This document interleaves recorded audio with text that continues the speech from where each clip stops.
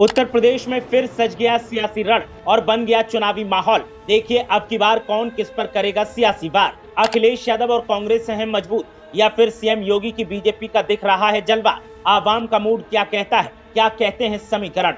उपचुनाव के लिए धमाचौकड़ी हो गई तेज, सियासी चौसर बिछ गई। देखिए कौन सी सीट पर किस पार्टी का दिख रहा है जलवा।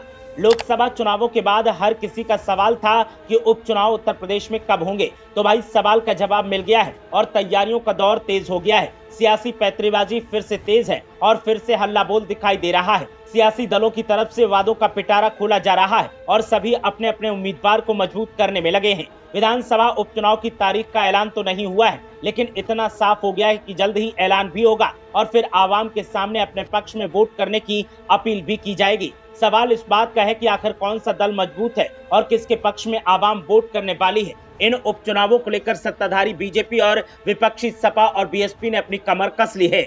मालूम हो कि बीते दिनों इंडिया टुडे के मशहूर मूड ऑफ द नेशन सर्वे के अगस्त के आंकड़े सामने आए थे। इन आंकड़ों में सवाल का जवाब मिला था कि अगर अगस्त में चुनाव हुए तो यूपी में एनडीए और इंडिया में कौन रहेगा आगे। मूड ऑफ द नेशन सर्वे के आंकड़ों के अनुसार उत्तर प्रदेश में अगर अगस्त में चुनाव होते हैं तो इंडिया गठबंधन एनडीए से आगे रहता है। सर्वे में एनडीए को 39 जबकि इंडिया गठबंधन के खाते में 40 सीटें जाने की संभावना जताई गई थी। एनडीए में बीजेपी को 35 जबकि अपना दल को 2 और आरएलडी के खाते में भी 2 सीटें जाने की बात सामने आई थी। वहीं इंडिया गठबंधन में सपा को 34 और कांग्रेस को 6 सीटें मिलने का अनुमान था। मायावती के नेतृत्व वाली बीएसपी को सिर्फ 0 सीटें मिलने की बात कही गई थी।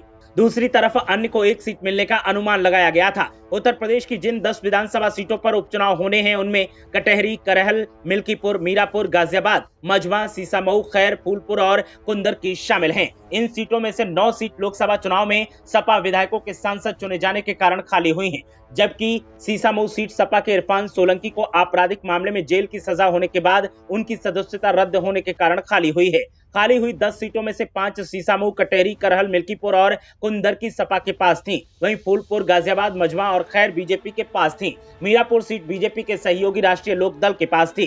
करहल सीट सपा प्रमुख अखिलेश यादव के कन्नौज से सांसद चुने जाने के कारण खाली हुई है, जबकि कटहरी सीट पार्टी के लालजी वर्मा के अंबेडकर नगर लोकसभा सीट से सांसद चुने जाने के बाद खाली हुई है। अब बात करते हैं उपचुनाव की, तो जिन 10 विधानसभा सीटों पर उपचुनाव होने वाला है उन विधानसभा सीटों पर सियासी चौसर बिछ चुका है और एक दूसरे के सामने ताल ठोकी जा रही है। समाजवादी पार्टी का दावा है कि लोकसभा चुनाव में जिस तरह से उसने परफॉर्म किया है उससे साफ जाहिर होता है कि विधानसभा के उपचुनाव में भी समाजवादी पार्टी का ही डंका बजेगा और ऐसे में समाजवादी पार्टी मजबूती के साथ अपनी तैयारियों में लगी है। स्थानीय समीकरणों की अगर बात की जाए तो समाजवादी पार्टी का रुझान अब थोड़ा बढ़ता आवाम के बीच दिखाई दे रहा है, क्योंकि लोकसभा चुनावों ने एक बड़ा असर किया है। ब्यूरो रिपोर्ट, मीडिया हलचल।